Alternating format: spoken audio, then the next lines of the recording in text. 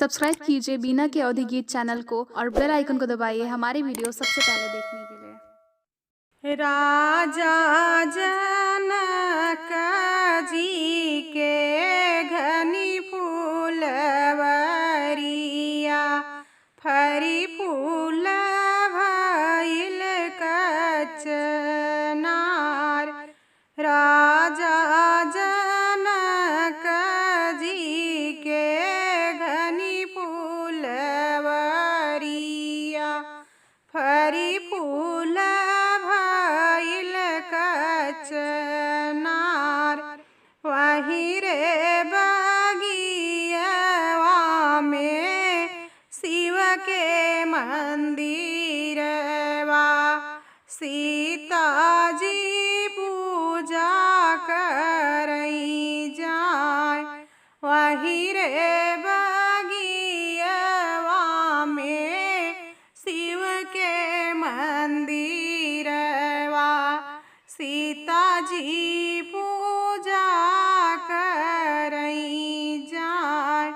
चार सखी आगे हो चार सखी पीछे बीचवा में सीता सुकुमार।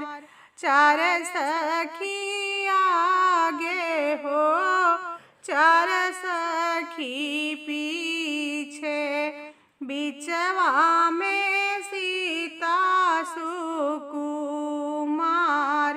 शिव जी के पूजन कई के लौटी जब सीता देखई दुई राजकुमार।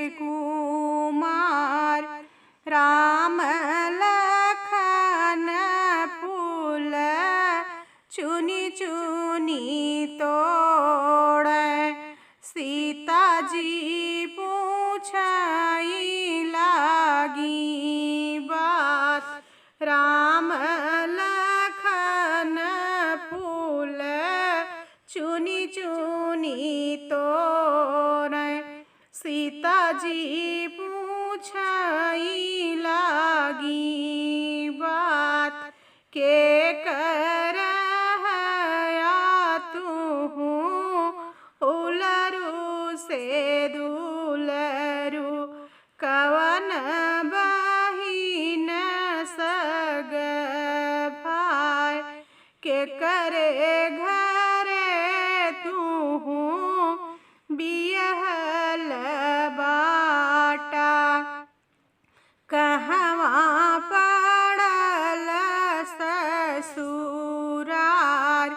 के करे घरे तू बियहल बाटा कहवा पड़ल ससुरार।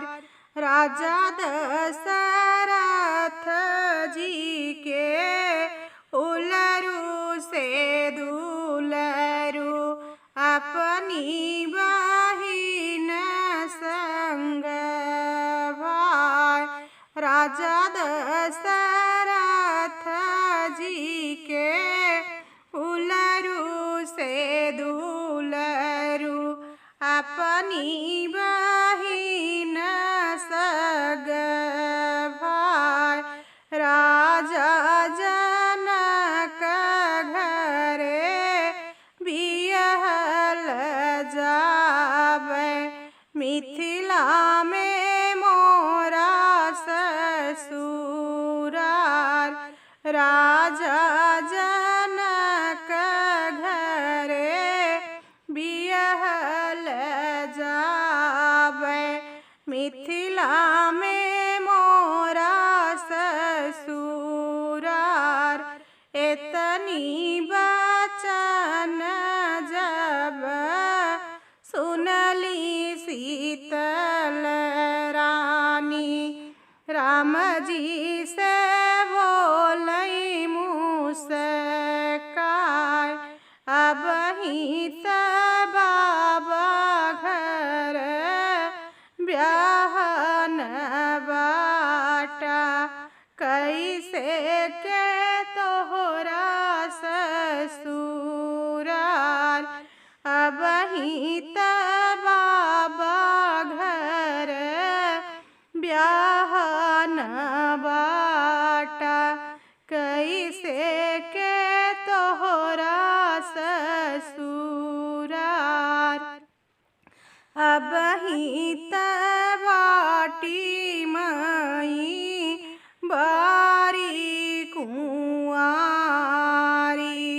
कैसे बना स्वामी है मार कुसयौआ छत लइके बाबा संकल्प तब बनवा स्वामी है मार कुसयौआ छत लइके बाबा संकल्प तब बनवा स्वामी है मार इतनी वचन जब सुने हैं श्री रामचंद्र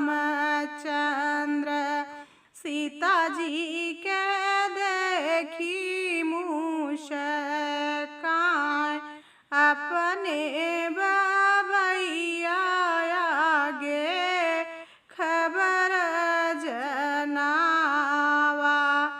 राम बियाहन आए अपने बबैया आगे खबर जनावा राम बियाहन आए राम